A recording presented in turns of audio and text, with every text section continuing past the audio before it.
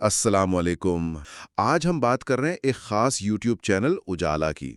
یہ صرف ایک چینل نہیں ہے، یہ ان لوگوں کے لیے ایک روشنی کی طرح ہے جو سچائی، آگاہی اور شعور کی تلاش میں ہے۔ جی۔ یہاں زندگی کے ان پہلوؤں پر بات ہوتی ہیں جو دل کو چھوتے ہیں، ذہن کو جگاتے ہیں اور روح کو سکون دیتے ہیں، خاص طور پر ان کے لیے جو گہرائی میں جانا پسند کرتے ہیں، مطلب کتابوں کے ذریعے یا آج کل جیسے آڈیو بک سن کر۔ بالکل۔ اور ان کا جو بنیادی پیغام ہے نا، جو ہر ویڈیو میں نظر آتا ہے، وہ یہی ہے کہ مل کر جلائیں امید کا چراغ، محبت کی بات کریں اور اندھیروں میں اجالا پھیلائیں۔ یہ صرف کہنے کی باتیں نہیں ہیں، ایک طرح سے یہ ایک مثبت تبدیلی کی دعوت ہے۔ صحیح۔ اور اسی فکری روشنی کو آگے بڑھاتے ہوئے اجالا چینل نے حال ہی میں ایک بہت اہم کتاب پر بات کی ہے، کرسٹوفر ڈی بیلے کی دی اسلامک انلائٹنمنٹ۔ یہ کتاب تاریخ کو نا روایتی نظر سے ہٹ کر دیکھنے کی دعوت دیتی ہے۔ جی ہاں، یہ انتخاب بڑا دلچسپ ہے۔ یہ کتاب اصل میں اسلامی دنیا میں علم، ترقی اور فکری تجدید کی وہ کہانی سامنے لاتی ہے جو اکثر بھلا دی جاتی ہے، خاص طور پر جب مشرق وسطی یوں سمجھیں 18ویں اور 19ویں صدی میں جدیدیت کے دروازے پر تھا ایک طرح سے۔ اچھا۔ یہ صرف ماضی کا قصہ نہیں، بلکہ یہ سمجھنے کی کوشش ہے کہ تبدیلی آتی کیسے ہے۔ تو کتاب بنیادی طور پر اس دور کو دیکھتی ہے جب قاہرہ، استنبول، تہران جیسے شہروں میں ایک نئی سوچ پنپ رہی تھی۔ جی بالکل، مذہب، سائنس، سیاست، معاشرت سب میں بڑی تبدیلیاں آ رہی تھیں۔ اچھا۔ اور کتاب یہ دکھاتی ہے کہ یہ سب کچھ صرف باہر سے یعنی یورپین اثر سے نہیں ہو رہا تھا، بلکہ اندر سے بھی ایک حرکت تھی۔ یہ اہم بات ہے۔ جی ہاں، اور یہیں سے وہ خاص سوال جنم لیتے ہیں جن کا ذکر اجالا چینل نے بھی کیا ہے کہ کیا مسلمانوں کی ترقی صرف ماضی کی بات ہے؟ کیا اسلامی دنیا جدیدیت کے خلاف ہی تھی یا اس کا حصہ بھی رہی؟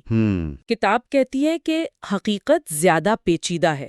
مثال کے طور پر وہ ذکر کرتی ہے کہ کیسے 19ویں صدی میں مصر میں پرنٹنگ پریس عام ہوا۔ اچھا۔ اور اس سے عوامی بحث مباحثے کو فروغ ملا۔ علم جو پہلے کچھ خاص لوگوں تک تھا وہ عام ہونے لگا۔ یہ تو واقعی بڑا نکتہ ہے۔ مطلب یہ جو اسلامی روشن خیالی تھی، یہ یورپ کی بس نقل نہیں تھی، اس کی اپنی بھی کوئی شکل تھی۔ بالکل، اس کی اپنی خصوصیات تھیں۔ لیکن پھر وہ جو یورپی جدیدیت تھی، خاص طور پر استعماریت کے ساتھ، اس کا ٹکراؤ کیسے ہوا؟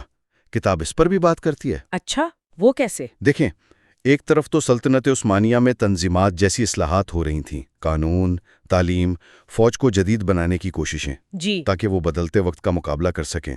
لیکن دوسری طرف یورپی طاقتوں کا اثر بڑھ رہا تھا، جس نے ان کوششوں کو اکثر مشکل بنا دیا۔ کتاب یہ بھی بتاتی ہے کہ اس دور کے جو مسلم مفکرین تھے، وہ کیسے جدید خیالات کو اپنے معاشروں میں سمونے کی کوشش کر رہے تھے۔ ایک مسلسل جد و جہد تھی وہ۔ تو گویا یہ صرف کامیابی کی کہانی نہیں ہے، اس میں چیلنجز بھی تھے، اندرونی بحثیں بھی تھیں۔ یقیناً۔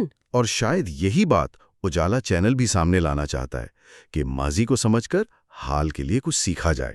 تو کیا آج کے دور میں بھی ایسے ہی کسی فکری اجالے کی ضرورت ہے یا گنجائش ہے؟ یہ سوال تو آج بھی اتنا ہی اہم ہے۔ کتاب ماضی کی ان کوششوں کو دکھا کر ہمیں آج پر غور کرنے کو کہتی ہے۔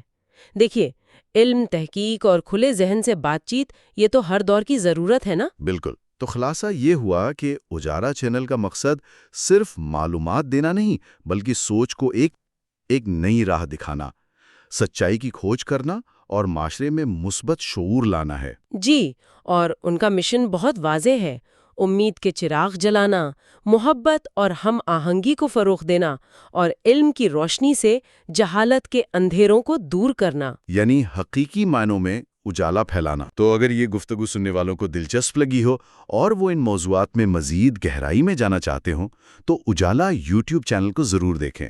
ان کی ویڈیوز کو لائک کریں، اپنے جاننے والوں سے شیئر کریں، چینل کو سبسکرائب بھی کر لیں تاکہ کوئی نئی ویڈیو چھوٹ نہ جائے۔ یہ چھوڑ جاتے ہیں۔ جس طرح تاریخ کے اس موڑ پر مسلم دنیا میں فکری بیداری کی ایک لہر اٹھی تھی، کیا آج کے اس تیز رفتار، اس پیچیدہ دور میں ہمیں علم، تنقیدی سوچ اور فکری تجدید کے لیے ایک نئے اجالا کی شاید اس سے بھی زیادہ ضرورت نہیں؟